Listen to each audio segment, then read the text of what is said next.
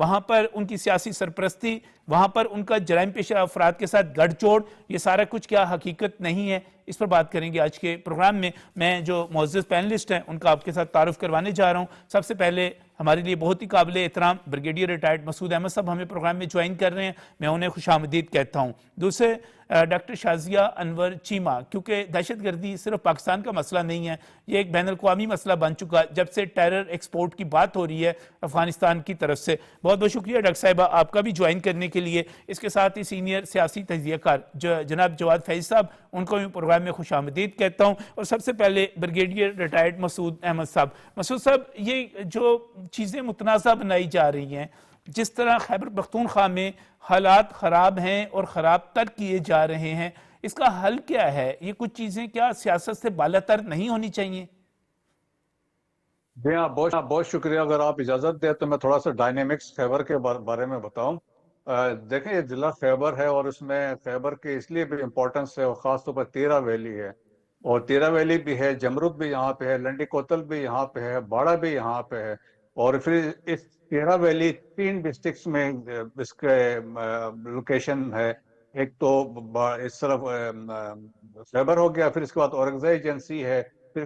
کرم ڈسٹرکٹ ہے اور اورنگزئی ڈسٹرکٹ ہے. پھر جس طرح آپ نے بتایا، اس کا بارڈر ملتے ہیں ننگہار پروونس کے ساتھ افغانستان کے، جو basically epic centre one of the, جہاں سے خوارج وہاں سے آتے ہیں. ہسٹوریکلی پھر افغانستان کے جہاد ہوا سوویت یونین کے اگینسٹ، تو یہاں سے ہسٹورک روٹس تھے اور یہاں سے یہ یوز کر کے جاتے رہے ہیں. اور پاس میں ہم نے دیکھا ہوگا کہ دہشت گرد تنظیم ایک لشکر اسلام جو منگل باغ کی تھی، وہ یہیں پہ بنی، تیرہ میں بنی. اور پھر ہم نے یہ بھی دیکھا لشکر اسلام اور انصار الاسلام کے آپس میں ایک بڑی عرصے تک یہاں پہ جنگ رہی. اور اس کے ساتھ ساتھ دیکھیں اسامہ بن لادن کی بھی رپورٹس رہی کہ اس ایریا میں آ کے وہ تیرہ ویلی میں رہے، کیونکہ تیرہ ویلی میں اس لیے ہے کہ فارسٹ ہے، ڈینس فارسٹ ہے، تو آئیڈیل ہائیڈ آؤٹس ہیں، تو یہاں پہ ان کی اس وجہ سے یہاں پہ پریزنس ہوتی ہے. پھر اس لیے بھی امپورٹنس ہے کیونکہ this is the close to the settled areas, Peshawar ساتھ ہی ہے، تو یہاں سے ایزیلی وہاں سے لوگ آ سکتے ہیں اور آ کے یہاں پہ سٹیز میں بھی دہشت گردی میں انوالو ہو سکتے ہیں. اور پھر دیکھیں کہ جو لاسٹ آپریشن یہاں پہ ہوا کہ 2001 میں ہوا، 2004 میں ہوا، اور پھر 2014 میں خیبر 1 آپریشن کیا گیا، پھر 2015 میں خیبر 2 آپریشن کیا گیا. اس کے بعد یہاں پہ کوئی میجر آپریشن ہوا ہی نہیں ہے. اب جہاں پہ اتنا بڑا پروپیگنڈا کیا جا رہا ہے کہ آپریشن ہو رہا ہے، جب ہم فوج میں بات کرتے ہیں، آئی بی او بات کرتے ہیں، تو یہ بھی ایک operation, intelligence based operation but targeted operation ہے، جس میں اس بات کا خیال رکھا جاتا ہے، لمیٹڈ ہوتا ہے، کسی ٹارگیٹ پہ جاتے ہیں، انشور کیا جاتا ہے کہ سویلینس کی کیجوالٹیز یہاں پہ کسی صورت میں نہ ہو. جب میجر آپریشن ہوتا ہے تو دیکھیں نا، سوال یہ پیدا ہوتا ہے، بھائی آپ پھر فوج کی گاڑیاں موو کر رہی ہوں گی، ہمارے بڑے ٹرکس آ رہے ہوں گے، ڈپلائمنٹ میں کوئی گنیں جا رہی ہوں گی، اور اس طرح ایک بڑی میسیو ایکٹیویٹی ہوتی ہے جب کسی آپریشن کے آپ پیچھے جاتے ہیں. یہاں تو اس طرح کوئی چیز ہی نہیں ہے، کوئی ایکٹیویٹی ہی نہیں ہے. اور صرف جس طریقے سے D G S P R نے ایکسپلین کیا تھا، جہاں پہ بھی ہوگا ٹارگیٹڈ آپریشن ہوگا، انٹیلیجنس بیسڈ آپریشن ہوگا، لیکن آؤٹ آف نو ویئر اس کو جس طریقے سے پولیٹیسائز کیا گیا فار ویسٹڈ انٹرسٹ کے لیے، اور جس بدنیتی کے ساتھ دیکھیں افواج کو، اداروں کو بدنام کرنے کی کوشش کی گئی، اداروں کو اس میں انوالو کرنے کی کوشش کی، فیڈریشن اسٹیٹ آف پاکستان کو اس میں انوالو کرنے کی کوشش کی گئی. اور جس طرح ہم نے ایکسپلین کیا ہے، اسی صورت میں افواج پاکستان کا اس میں کوئی لنک نہیں بنتا تھا. اب اسمبلی کے اندر ہی میرا خیال میں چیف منسٹر کی ایک سٹیٹمنٹ تھی، اگر ان کو کھانا نہ دیں خوارج کو تو وہ ماریں گے، تو خود وہ ایکنالج بھی کر رہے ہیں کہ وہاں پہ دہشت گردوں کی وہاں پہ پریزنس ہے. تو میرا خیال میں اگر آپ دیکھیں دہشت گرد وہاں پہ تو ٹارگیٹڈ آپریشنز تو ہوں گے نا، آپ ایسے تو نہیں چھوڑیں گے. پھر اوپر سے دیکھیں نا کہ یہاں پہ 12,000 ایکڑ کے اوپر جو افیون کی کاشت ہوتی ہے، او پی ایم کی یہاں پہ کاشت ہے اور بہت بڑے ہے، اور پر ایکڑ 35 لاکھ روپے آپ اس سے جس کا منافع آپ کماتے ہیں، تو اس میں بھی ہے. سو دیر فور دیکھیں یہاں پہ ڈرگز بھی ہے، ویپنز اینڈ ایکوپمنٹ بھی ہے، اور پھر اس کے اوپر سے یہ ہے ایکسٹارشن بھی ہے. اور پھر آپ جب دوست داندلی اور زبردستی کے ساتھ گھروں میں جا کے کھانے پہ ڈیمانڈ کریں اور تکلیف دیں، مسائل پیدا کریں. پھر اوپر سے دیکھیں کہ ایک ریسنٹلی اگر آپ نے دیکھا ہوگا تو آئی جی ایف سی نارتھ کا ایک انٹرویو تھا، پھر ایک ونگ کمانڈر کی بھی تھا، انہوں نے اس علاقے کے بتایا کہ 60 کلومیٹر 13 ویلی میں ٹوٹل 3 پولیس کے بندہ ہے. دیر از نو تھانہ شانہ کا کوئی کنسپٹ ہی نہیں ہے. اور 60 کلومیٹر میں کوئی سکول نہیں ہے, کوئی ہاسپٹل نہیں ہے, دس نو انفراسٹرکچر. جو کچھ ہے ایف سی کے 16 سکول چل رہے ہیں, ایف سی کے میڈیکل سینٹرز ہیں, میڈیکل پوائنٹس ہیں, وہ لوگوں کو فیسیلیٹیٹ کر رہے ہیں. تو گورنمنٹ کے پریزنس نہیں, سو دیر فور ہم کہتے ہیں نا گڈ گورننس ہوگی تب ہوگی کہ آپ ڈیلیور کریں سائٹ پہ, لوگوں کو ڈیلیور کریں. تو وہاں پہ یہ بھی چیزیں نہیں ہیں. تو اگر ایسے ہوں گے جب وہاں پہ اب سکول نہیں ہے اور فیسلٹیز نہیں, تو بچے جو سکول نہیں جائیں گے تو کیا بنیں گے؟ پھر یہی ڈرگس میں اور دوسری چیزوں میں انوالو ہوں گے. میرے خیال میں ایڈمنسٹریشن کی, گورنمنٹ کی ذمہ داری بنتی ہے کہ ماسس کے اپنے لوگوں کا خاص خیال رکھیں, اور تاکہ ان کو اسکول دیں, ایجوکیشن دیں. اور باقی صوبوں میں ہم دیکھ رہے ہیں کہ جس طرح کے فیسلٹیز ہیں ہمارے سامنے, تو بلوچستان ایک رول ماڈل کے طور پہ ابھر رہا ہے جس طریقے سے وہاں پہ کام شام ہو رہا ہے. تو ہم یہ توقع کر سکتے ہیں انسٹیٹ کی اداروں کو آپ ملائن کریں, آپ ویسٹڈ انٹرسٹ کے لیے آپ بدنام کرنا چاہیں یا اسٹیٹ آف پاکستان کو کریں, اس سے نکلیں. آپ کا کنسنٹریشن ہو لوگوں پہ, آپ نے اپنا اعتماد کیسے بحال کرنا ہے, کانفیڈنس اس پہ لے کے آنا ہے, صحیح. گورننس آپ کریں اور لوگوں کو لک آفٹر کریں. تو میرے خیال میں مسعود صاحب یہی وہ تو امپورٹنٹ ہے. بنیادی ایشو ہے کہ اپوزیشن کو حق حاصل ہے کہ وہ اختلاف رائے کرنے کے لیے بہت سارے میدان موجود ہیں, ان میں آپ احتجاج کر سکتے ہیں, آپ ان میں حکومت سے اختلاف کر سکتے ہیں, آپ اس میں جو بھی ایک پالیسی اپنا سکتے ہیں. لیکن کچھ چیزیں ایسی ہیں جن میں لوگوں کے جان و مال کا تحفظ ہے, جہاں پہ امن و امان کا مسئلہ, یہ ہمارا انٹرنل مسئلہ ہے. لیکن اس کے ساتھ ساتھ اگر ہم ڈاکٹر صاحبہ یہ دیکھیں کہ یہ ایشو جو ہے افغانستان سے بھی جڑا ہوا ہے, اور افغانستان جو ہے ٹیرر ایکسپورٹ کے حوالے سے بدنام ہوتا چلا جا رہا ہے, منشیات کے حوالے سے اور دہشت گردی کو باہر ایکسپورٹ کرنے کے حوالے سے. یہاں پر تیرہ میں بھی جب لوگوں کو کہا گیا, خوارج کو کہا گیا کہ آپ نکل جائیں یہاں سے, چلے جائیں, تو باقاعدہ طور پر انہوں نے مشران کو جواب دیا, وہاں کے قبائلی بزرگوں کو کہا کہ ہم نہیں جائیں گے, ہم یہیں پر رہیں گے اور یہ اپنی کارروائیاں جاری رکھیں گے. تو یہ ٹیرر ایکسپورٹ جو ہے, اور ساتھ یہ جو ایک منشیات کا ایک نیکسس بن رہا ہے, جرائم کا, منشیات کا, دہشت گردی کا, اس کو کس طرح دیکھتی ہیں آپ بین الاقوامی تناظر میں؟ دیکھیے بین الاقوامی تناظر میں تو اس نے ہمیں انگیج کیا ہی ہوا ہے, لیکن یہ آخر یہ کیوں ان کو یہ سمجھ میں نہیں آ رہا ہے کہ یہ جو یہ تکون چلا رہے ہیں, ان کا یہ خیال ہے کہ اگر صوبے کی حالت بھی جو ہے وہ ہم بہتر نہیں ہونے دیں گے, دہشت گرد بھی یہاں رکھیں گے, اپنی جیبیں بھرتے رہیں گے, اپنے آپ کو مالا مال کرتے رہیں گے ڈرگ کی اور ٹیررزم کی اکانومی سے, تو یہاں کے لوگوں کو ہم مجبور اور بے بس رکھیں گے, اور پھر ان کو یہ کہیں گے کہ سارا قصور وفاق کا ہے, اور اس طرح سے ہماری دکان جو ہے وہ چلتی رہے گی. تو یہ کب تک جو ہے وہ یہ اسی طرح یہ سارا کام جو ہے وہ چلاتے رہیں گے, اور جب ان سے سوال کیا جائے گا تو یہ آگے سے انتہائی ہٹ درمی اور بے شرمی سے کہیں گے کہ ہم اپنی قوم کو جو ہے شعور دے رہے ہیں. مجھے نہیں پتا کہ یہ اس پوری چیز کے پیچھے جو ہے, مجھے پتہ نہیں کیوں لگتا ہے کہ جیسے ان کو کنٹرول, ان کو کرمنل کی طرح ٹریٹ کرنے کی ضرورت ہے. اسٹیٹ ان کو جو ہے اس طریقے سے ڈیل نہیں کر رہی جیسے کرمنل کو کرتے ہیں. یہ پولیٹیکل پارٹی نہیں ہے, یہ ہمیں کس دن سمجھ آئے گی کہ یہ پولیٹیکل پارٹی نہیں ہے, نہ ان کی کوئی پولیٹیکل آئیڈیالوجی ہے, نہ کوئی ان کی ڈاکٹر صاحب فلسفی ہے. بڑی اہم بات کی آپ نے, اور اس میں جو ایک خاص طور پہ باقاعدہ طور پہ نوٹیفیکیشنز موجود ہیں, کابینہ کے فیصلے موجود ہیں, لیٹرز موجود ہیں, ڈی سی خیبر سے لے کے سیکٹری ریلیف تک اور پھر کیبنٹ کے ڈیسیژنز تک, جو کہ خیبر پختونخوا کی حکومت نے کیے. آج وہی وزیر اعلیٰ, وہی حکومت کے سربراہ اسی معاملے کے اوپر بالکل یو ٹرن لیتے ہوئے ایک نئے موقف کے ساتھ سیاست کر رہے ہیں. نہیں, وہ میں حیران ہوتی ہوں اس لونڈے لپاڑے کو دیکھ کر. وہ کہیں پہ جاتا ہے اور جا کے کسی بچے کے سر پہ ہاتھ رکھ رہا ہے راستے میں گزرتے ہوئے. اس کی سوشل میڈیا ٹیم آپ دیکھیں جیسے وہ کوئی کارڈیشین ہے, جیسے اسے 24 گھنٹے صرف جو ہے وہ یہی دکھانے کی ضرورت ہے کہ وہ کتنا بڑا جو ہے ایک ایسا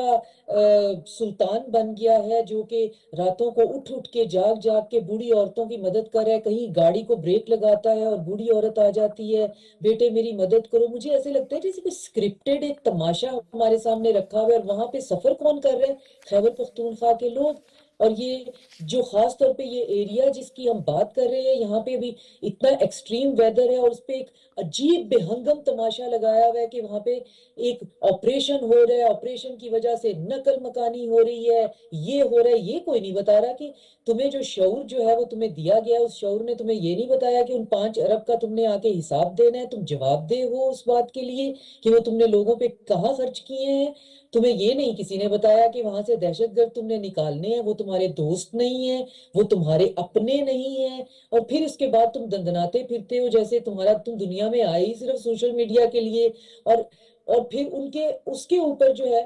پورے ملک کا جو ہے وہ تم امیج خراب کرتے ہو, کیونکہ یہ ہوتے 4-5 کیڑے مکوڑے ہی ہیں, اور یہ 4-5 ہی کافی ہوتے ہیں آپ کے ایڈورسریز کو ان کو ایمپلیفائی کرنے کے لیے, یہی ریلز جو ہیں وہ چلانے کے لیے, اور یہی تقویت دیتے ہیں. آپ بات کر رہے تھے اسپل اوور کی, تو یہی ایلیمنٹ اندر سے تقویت دے رہے ہیں افغانستان کو کہ اس کی گردن میں جو سریا ہے وہ نہیں نکالا جو ہے وہ نکل رہا, اور وہ یہ سمجھ رہا ہے کہ پتہ نہیں اس نے پورے ریجن کے اوپر کون سی اپنی ہیجمنی اور منوپلی قائم کر لی ہے. ان کو سمجھ نہیں آتا. یہ 4 دن کے 28 گیرے, یہ گلی محلے کے گنڈے اور جو ہے نا منشیات فروش, انہوں نے یہ سمجھ کے بیٹھ گئے ہیں کہ ملک جو ہے نا, جو ہم تو اپنی مرضی سے ڈکٹیٹ ساری دنیا کو کر رہے ہیں اور ہم بتا رہے ہیں کہ آپ نے کیا کریں. ان کو یہ نہیں پتا کہ سٹیٹ ہے. سٹیٹ جو ہے وہ صرف تمہارا منہ دیکھ رہی ہے کہ تم ایک پولیٹیکل پارٹی ہو اور تم اپنے منطقی انجام کو پہنچ جاؤ انشاءاللہ. جو تم نے جس منحوسیت کی طرف تم لوگوں نے جانا ہے, اور جو ہم نے بھی کوئی گناہ کیا ہوگا کہ تم ہمارے پاس ہو, کوئی نہ کوئی کہیں نہ کہیں کسی پیاسے کتے کو پانی پلانے سے ہم نے بھی انکار کیا ہوگا کہ تم ہم پہ یہاں بیٹھے ہوئے اور ابھی تک ہماری جان نہیں چھوڑ رہے ہو. تو سٹیٹ صرف یہ کہہ رہی ہے کہ جی چونکہ ڈیموکریسی ہے اور یہ پولیٹیکل پارٹی ہے. یہ پولیٹیکل پارٹی نہیں ہے, یہ سارے کے سارے دہاڑی دار, منشیات فروش, یہ اپنا فائدہ اٹھانے والے, اور یہ دہشت گرد ہیں. اور ان کو اگر آپ دیکھیں تو انہی کی وجہ سے وہ دہشت گردی جو ہے, وہ دہشت گرد کرنے کا جو ٹھکانہ ہے افغانستان, ان کو اس سے یہاں سے آکسیجن ملتی ہے. ان کو یہ پتا ہوتا ہے کہ نہ ہمارا یہ رستہ بند ہونا ہے, اتنا جو ہے وہ ڈیفیکلٹ ٹیرین ہے, اتنا مشکل بارڈر ہے, کہاں پہ یہ ایک چپے پہ وہاں پہ فوجی کھڑا کریں گے, ہم راستہ ڈھونڈ ہی لیں گے. ہم آنے جانے کا بھی تو ہماری تو جو ہے نا, ہماری تو ایسی چپڑی اور دو ہے, ہمارا تو سر جو ہے وہ کڑائی میں ہے, اور ہم بس انجوائے کرنے کے لیے اس دنیا میں آ گئے ہیں, اور فوٹو شوٹ کروانے کے لیے, اور ہم رک کے لوگوں کو بتاتے ہیں بڑی بھی تمہارا کیا مسئلہ ہے, بچے تمہارا کیا مسئلہ ہے. اس کے منہ پہ کھڑے ہو کے کہیں چپیڑے مارنی چاہیے کہ تمہیں اپنے ملک کے مسئلوں کا اپنے اس کا نظر نہیں آ رہا, تمہارے اپنے صوبوں ڈاکٹر کا. صاحب یہ تم احساس جو غیر ذمہ داری ہے اس کا میرا خیال ہے انتہا ہی کہی جا سکتی ہے کہ جس قسم کی سیاست کی جاتی ہے, جھوٹ کی سیاست, منافقت کی سیاست. اس وقت جواد فیض صاحب جو اطلاعات آ رہی ہیں وہ بڑی عجیب و غریب ہیں. یہ ہے کہ 4 ارب روپیہ منظور کیا گیا, جن لوگوں کو دینا تھا ان میں سے بھی 6,000 ایسے بندے تھے جو کہ تیرا کے مقامی ہی نہیں تھے, اور کہا جا رہا ہے کہ یہ اصل میں پیمنٹ کر دی گئی پی ٹی آئی کے کارکنوں کو اس کے ذریعے کہ وہ 8 فروری کے احتجاج میں آ سکیں, استعمال ہو سکیں, اس کی پیمنٹ کر دی گئی. اب اس قسم کی ریومرز, افواہیں, خبریں, اختلافات کی وہ بھی موجود ہیں, کیا کمنٹ کرتے ہیں؟ دیکھیے نجم صاحب, میں یہاں سے شروع کروں گا کہ جس ہندوستان کے اندر پینڈیمک کا آپ نے ذکر کیا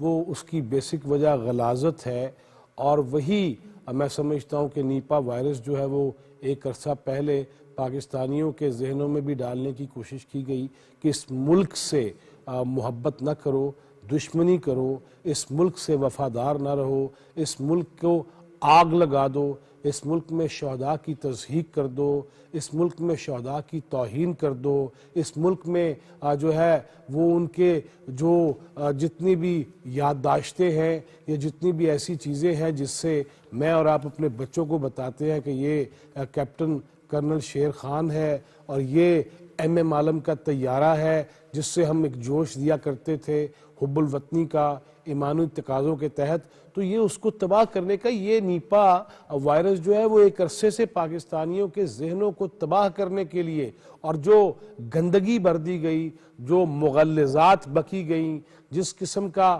بڑے چھوٹے کی تمیز ختم کر دی گئی, عزت نہ کرنا, چھوٹے پہ شفقت نہ کرنا, اور بہت ساری کتابیں, خود مہاتما کی اپنی کتابیں اور ریحام خان کی کتابیں اس کی گواہ ہیں, اور بہت کچھ ہے. میں اس طرف جانا نہیں چاہتا, ڈاکٹر صاحبہ نے کھل کے بات کر دی,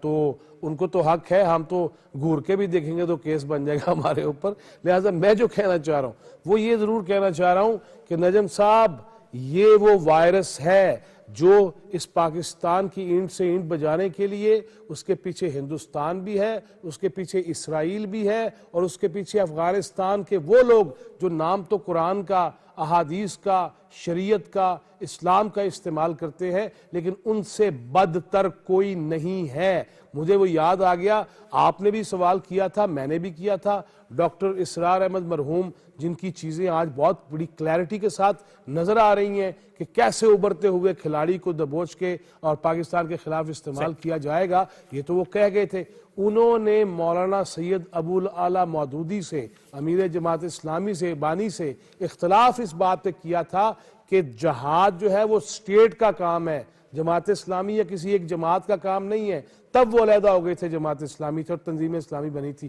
لہٰذا ہمیں پھر سے ان علماء کو بھی بتانا چاہیے, ان خطباء کو بھی بتانا چاہیے. رہ گئی بات, مجھے بات بتائیں, آپ کہہ رہے ہیں 4 ارب اور 6,000, ایک طرف کہتے ہیں آپریشن ہو رہا ہے, دوسری طرف ہم یہ آپ کی طرف آتا ہوں. آپ نے بڑے ایک اہم مسئلے کی طرف, جہاد کشمیر کی طرف توجہ دلا دی. میں آپ کو دوبارہ میں آپ کی طرف آتا ہوں. فیصل صاحب, آپ یہ خاص طور پہ اس میں جہاد کشمیر کی آپ نے بات کی, ساتھ کشمیر پہ بھی تھوڑا سا تبصرہ کیجئے گا جب آپ یہ لوکل ایشوز پہ بات کر رہے تھے. دیکھیے نجم بھائی, میں یہ بھی کہوں گا کہ جو مقبوضہ کشمیر کے اندر اور ہندوستانی جو تسلط جہاں پہ ہے, وہاں پہ جس طرح گلا گھونٹا گیا زبان و بیان کا, گفتگو کا, استصواب رائے اقوام متحدہ کی قراردادوں کے مطابق ہے, لیکن خاص طور پہ وہ طبقہ جو میرا اور آپ والا ہے, اور میں ان کو سیلوٹ کرتا ہوں, سلام پیش کرتا ہوں مقبوضہ کشمیر کے ان صحافیوں کو, ان غیور مسلمانوں کو کہ جنہوں نے نہ صرف یہ کہ تحریک کو زندہ رکھا ہوا ہے, تحرک پیدا کرتے ہیں, سچ لکھتے ہیں, حقیقت بیان کرتے ہیں, اس سے پوری دنیا کے اندر ہندوستان پہ تھو تھو ہوتی ہے. لہٰذا ہندوستان کو یہ وارہ نہیں کھاتا. آپ نے اپنے انٹرو میں جس طرح کہا کہ نیپا کے حوالے سے خود جھوٹ بول رہا ہے ہندوستان کہ کہیں ورلڈ کپ والا معاملہ یا پوری دنیا میں, اور آپ نے تو کہا نا انڈونیشیا اور ایک آدھ ملک کا اور کا ذکر کیا. میں سمجھتا ہوں اگر واشنگٹن پوسٹ یہ خبر شائع کرتا ہے یا رائٹرز کی یہ خبر ہے, تو پھر دیکھیے گا آپ کو ان قریب امریکہ, کینیڈا, یورپ اور پوری دنیا میں سکریننگ ہوتی نظر آئے گی ہندوستانیوں کی, اور یہ ان کے منہ پہ ایک اور تماچا ہوگا. یہ خود گرے ہوئے ہیں جہاں پہ اپنے ہی ہم مذہبوں کو دلت قرار دے کے ان کے ساتھ بیٹھ نہیں سکتے, لہٰذا ان پہ مزید عذاب آنے ہیں. اور میں نے جیسے پہلے عرض کیا تھا, صفائی کا خیال نہیں رکھا جائے گا, اور آپ نے کھل کے بیان بھی کر دیا, میں اس کی تفصیلات میں نہیں جاتا. یہی وہ ذہن ہے, یہی وہ گند برا ذہن ہے جو ہندوستان مقبوضہ کشمیر کے اندر صحافیوں کے حوالے سے بھی وہ پھیلانے کی کوشش کرتا ہے. پاکستان کے اندر بھی فتنۃ ہندوستان اور فتنۃ الخوارج مل کے جس طرح یہ حرکتیں کرتے ہیں, لہٰذا ان قریب, اور میری دعا ہے جس طرح ہم نے اپنی زندگی میں وہ جنگ دیکھ لی جو ہم جیت چکے ہیں الحمدللہ, اور جس کے بارے میں ہمارے فیلڈ مارشل نے کہا تھا کہ ہمیں مدد اترتی ہوئی نظر آئی اور محسوس ہوئی. لہٰذا میں ان قریب یہ دیکھ رہا ہوں کہ جس قسم کا پروپیگنڈا کچھ نام نہاد مسلمانوں کو, طالبان رجیم کو ساتھ ملا کے جس طرح استعمال کیا جا رہا ہے, ریاست جو ابھی میں جو سوال کر رہا تھا بریگیڈیئر مسعود احمد صاحب سے, اس وقت ایک ٹیکنیکل مسئلہ ہو گیا تھا تو بیچ میں میں جواب کی طرف نہیں جا سکا تھا. بریگیڈیئر صاحب, یہ جو بھارت میں جو ہے مقبوضہ کشمیر کے حوالے سے, وہاں پر ایک مرتبہ پھر صحافیوں پر کریک ڈاؤن اور مقبوضہ کشمیر کی صورتحال, آپ کے پاس کیا انفارمیشن ہے, کیا اپڈیٹس ہیں مقبوضہ کشمیر میں جو صورتحال ہے, اور وہاں پہ جو کشمیری پاکستان کے ساتھ تھے, ہیں اور رہیں گے, ان کے حوالے سے تازہ ترین اپڈیٹس کیا ہیں؟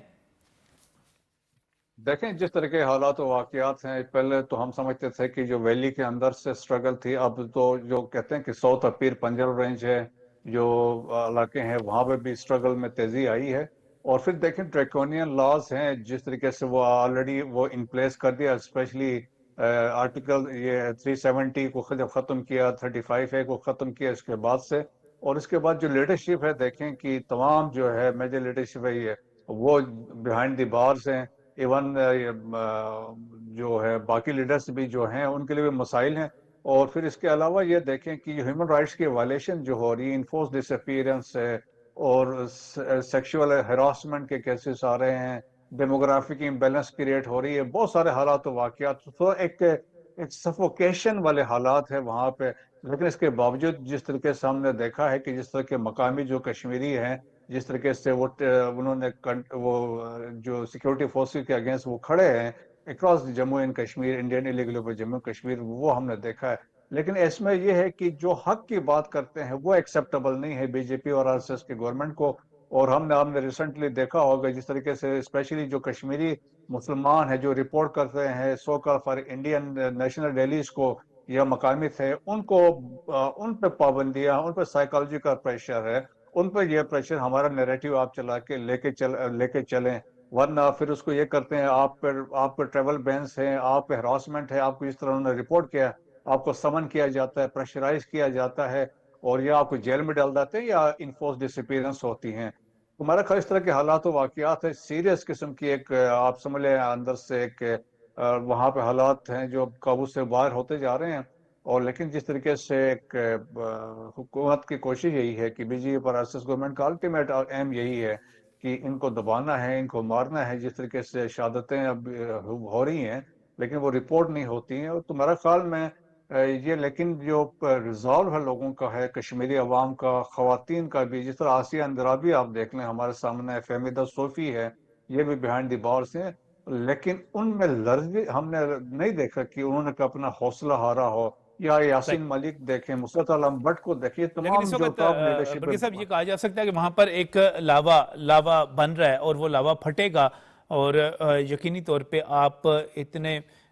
زیادہ عرصے تک اور اتنے زیادہ کشمیریوں کو آپ برقرار نہیں رکھ سکتے ان کے اوپر ظلم و ستم کی جو فضا ہے. میں ڈاکٹر شازیہ آپ سے اس سے پہلے میری ریکویسٹ تھی ہم بات کریں تھوڑی سی ٹائر ایکسپورٹ کے حوالے سے جو افغانستان کی طرف سے ہو رہی ہے, لیکن اس کے ساتھ یہ ایک اور بڑی اہم خبر میرے پاس آ گئی, اور وہ یہ ہے کہ یورپ میں جب ہم ہیومن سمگلنگ کی بات کرتے ہیں, انسانی سمگلنگ کی بات کرتے ہیں, تو اس میں بھی ایک افغان نیٹ ورک ہمارے سامنے آتا ہے. اور یورپ میں اس حوالے سے اسکاٹ لینڈ میں ایک افغانی کو گرفتار کیا گیا جو کہ باقاعدہ طور پر ایک پورا نیٹ ورک چلا رہا تھا. اس حوالے سے یہ صرف وہاں تک محدود نہیں ہے بلکہ اس سے آگے بڑھتے ہوئے بیلجیم میں, برطانیہ میں, رومانیہ میں بھی ایسے افغانوں کو گرفتار کیا گیا اور ان کو باقاعدہ طور پر ملک بدر کیا گیا. یہ افغان جریدہ ہے ہشت صبح, اس کے مطابق انہوں نے پوری تفصیلات دی ہوئی ہیں کہ یہ جو غیر قانونی نقل و حرکت ہوتی ہے, خود پاکستان میں جس طرح یہ افغان باشندے پاکستان کے جعلی پاسپورٹ بنا کر, جعلی ڈاکومنٹس بنا کر یہاں پر جس طرح کارروائی کرتے تھے, اس کے بعد یہ خبریں بہت زیادہ ٹیرر ایکسپورٹ کے ساتھ ساتھ یہ جو غیر قانونی سمگلنگ ہے لوگوں کی, افراد کی, گلاسکو سے اس بندے کو گرفتار کیا, اس کے بعد برمنگم میں بھی چھاپے مارے گئے اور پھر کافی زیادہ دستاویزات اور آلات کو بھی ضبط کیا گیا. یہ جو ہر طرف جرائم میں ہمیں افغان ملوث نظر آ رہے ہیں, اس پر کیا کمنٹ کریں گی آپ؟ نجم صاحب, میں سب سے پہلے تو آپ کی شکر گزار ہوں کہ آپ نے اس بات کی طرف اشارہ کیا ہے. ہمارے میڈیا پہ یہ بات کوئی نہیں کر رہا اور آپ ہمیشہ جو ہے آپ کی پلس جو ہے اس پہ پرابلم کے اوپر ہوتی ہے, آپ اس کی پلس دیکھ رہے ہوتے ہیں. یہ بہت ہی ایک گھناؤنا اور بھیانک پروپیگنڈا ہے ہمارے خلاف, جس کو پوری دنیا میں گرومنگ گینگز کے نام سے جو ہے اس پر دنیا اب چیخنا بھی شروع ہو گئی ہے. اور یہ گرومنگ گینگز چلانے والے جو ہیں وہاں پہ نابالغ بچے اور بچیوں جو ہیں ان کی یا تو سمگلنگ کرتے ہیں یا پھر ان کو کسی اور جو ہے وہ بزنس میں انوالو کرنے کی کوشش کرتے ہیں, یا ان کو خود ایکسپلائٹ کرتے ہیں, وائلیٹ کرتے ہیں ان کی پرسنل ایجنسی. تو یہ پاکستانی پاسپورٹ ان میں سے کچھ جو ہیں انہوں نے حاصل کر لیا ہوا ہے, اور یہ افغانیوں اور انڈینز کا نیکسس ہے. تو یہ وہاں پہ یہ سارے کا سارا کالا دھندا چلاتے ہیں, اور ویسٹرن میڈیا پہ بیٹھ کر اب لوگوں نے اس بات کی تہ پہ جانا شروع کیا ہے کہ یہ بنیادی طور پہ یہ افغانی ہے اور ان کے پیچھے فنڈنگ جو ہے وہ انڈینز کی ہے. 3-4 انڈین جو ہیں وہاں پہ انہوں نے ان کی ویڈیوز وائرل کی ہیں, 2 خواتین ہیں وہاں پہ, اور بھی بہت سے کرائم ہیں ان میں یہ انوالو ہیں. اور باقی یہ جو افغانی ہیں, ایک جو ہے وہ پچھلے دنوں پکڑ کے اس کو جو ہے وہ باقاعدہ اس کے مارنے کی تصویر جو ہے وہ انگلینڈ کے اندر وہ ویڈیو جو ہے وہ دکھائی گئی ہے. تو ہمیں سب کو اس پر بولنا چاہیے کہ یہ جو لفظ پاکستان جڑا ہوا ہے, بے شک ہماری غلطیاں ہیں, ہم نے ان کی مہمان نوازی کر لی, لیکن اب ہمیں ان غلطیوں اور کوتاہیوں کی اتنی سزا نہیں ملنی چاہیے، کیونکہ میں خود بہت عرصہ جو ہے وہ یورپ میں رہی ہوں، اور اب اس کے بعد بھی جانے کے ظاہر ہے چانسز ہیں، آپ آتے جاتے رہتے ہیں، تو ہمارے پاکستان کے بارے میں وہاں پہ ایک ہی رائے ہے کہ لوگ بہت محنتی ہیں، اپنا کام کرتے ہیں سر گرا کے، اور بہت ایماندار ہیں، اور بڑے لا ابائڈنگ لوگ ہیں، کوئی کسی کے مسئلے میں نہیں پڑتے، بس اپنا کام کرتے ہیں، روزی روٹی کے لیے آئے ہوئے ہیں، وہ کماتے ہیں، اور اسی قانون کے حساب سے کسی ملک کے لیے کوئی پرابلم نہیں بنتے۔ یہ جو ہم پہ دھبا ہے گرومنگ گینگ کا، ہم نے تو لفظ گرومنگ بھی دیکھے، آپ نے بھی اسکولوں میں ہم نے تو یہ پڑھا ہوگا کہ جی کسی کی کوئی تربیت کرنا، یہ بڑے نیگیٹو ٹرم میں استعمال ہو رہا ہے، اور بندے بڑے ہی غلط اور گندے کاموں کے لیے، اور بہت ہی کم سن اور چھوٹے بچوں کی اس کے اندر انوالومنٹ ہے، اور یہ سارا افغانی اور انڈین نیکسس ہے، جس میں افغانی جو ہیں وہ چند جن کے پاس پاکستانی پاسپورٹ ہے، لیکن باتیں چھپتی نہیں ہیں۔ اب جیسے آج آپ نے بتایا، اور میں اس بات کو انتظار ہی کر رہی تھی کہ میرے یہ ایریا میں نہیں آتا تو کوئی تو میڈیا پہ ہو جو یہ بات کرے کہ ہمارے خلاف کتنا بڑا پروپیگنڈا ہو رہا ہے، اور یہ ہمیں ان سب افغانیوں کے پاسپورٹ جو ہیں وہ ختم کر دینے چاہیے، نل اور وائڈ کر دینے چاہیے، کہ جو خاص طور پہ کہیں پہ کرائم کرتے ہوئے پائے جائیں۔ کبھی یہ مکے مدینے میں آپ کو بھیک مانگتے ہوئے نظر آتے ہیں، کبھی یہ آپ کو سمگلنگ کرتے ہوئے جاتے ہوئے گلف کنٹریز میں پکڑے جاتے ہیں۔ اب تو انہوں نے حد ہی کر دی ہے کہ اب انہوں نے سیولائز سو کالڈ ورڈ کی دکھتی رگ پہ ہاتھ رکھ دیا ہے، اور وہ جو ہے وہ وولف کی طرح ہمارے پیچھے پڑ گئے ہیں، جی پاکستانی پاکستانی پاکستانی پاکستانی۔ تو ہمیں اس چیز کو اتنا ہی ایمپلیفائی کرنے کی ضرورت ہے کہ آپ انویسٹیگیٹ کریں، آپ ٹارگٹ کریں کہ ان کا جو اوریجن ہے نیشنلٹی کا، اور ان کا جو ایتھنک اوریجن ہے وہ کیا ہے، اور وہ ان سب کا افغانی ہے، اور پیچھے فنڈنگ پوری کی پوری بہت اس گندے اور بھدے کام کے پیچھے انڈینز کی ہے۔ جی بہت بہت شکریہ ڈاکٹر صاحب اور ڈاکٹر شازیہ انور چیمہ، آپ نے وقت دیا، آپ کا بہت بہت شکریہ۔ جواد فیض صاحب ہمارے ساتھ موجود، بریگیڈیئر ریٹائرڈ مسعود احمد صاحب، ان کا بھی شکریہ۔ اور جیسا ڈاکٹر شازیہ انور چیمہ نے ابھی نشاندہی کی، اور بڑی اہم اور بڑی واضح طور پر انہوں نے اس چیز کو واضح کیا کہ پاکستان کا نام استعمال کرتے ہوئے بہت سارے افغانی جو ہیں وہ پاکستان کو بدنام کر رہے ہیں۔ ہم نے ان کی 40 برس تک میزبانی کی، وہ یہاں پر آئے، ان کے بیوی بچے آئے، ان کی یہاں پر اولادیں پیدا ہوئیں، ان کو ہم نے صحت، تعلیم، روزگار، ہر قسم کا موقع فراہم کیا، لیکن اس کے بعد جو وہ اس میزبانی کا اور اس احسان کا بدلہ چکا رہے ہیں وہ بہت ہی شرمناک قسم کا ہے۔ اور اس وقت یقینی طور پر افغانستان کے دانشور طبقے کو یہ سوچنا پڑے گا کہ جب ہم دہشت گردی کے فروغ کی بات کرتے ہیں، اس کے برآمد ہونے، اس کی ایکسپورٹ کی بات کرتے ہیں، جب ہم منشیات کی بات کرتے ہیں، جب ہم انلیگل ہیومن ٹریفکنگ کی بات کرتے ہیں، تو ہر جگہ انہی افغانوں کا نام کیوں آتا ہے؟ وہ کیوں جو ہے ہر جگہ دہشت گردی میں اور غیر قانونی واقعات میں، چاہے وہ امریکہ میں کیوں نہ ہو رہے ہوں، اس میں ملوث پائے جاتے ہیں؟ یہ ان کے لیے سوچنے کی ضرورت ہے۔ ان کی ریاست، ان کا معاشرہ اس وجہ سے تباہ و برباد ہو رہا ہے، انہیں ضرور اس پر غور کرنا چاہیے۔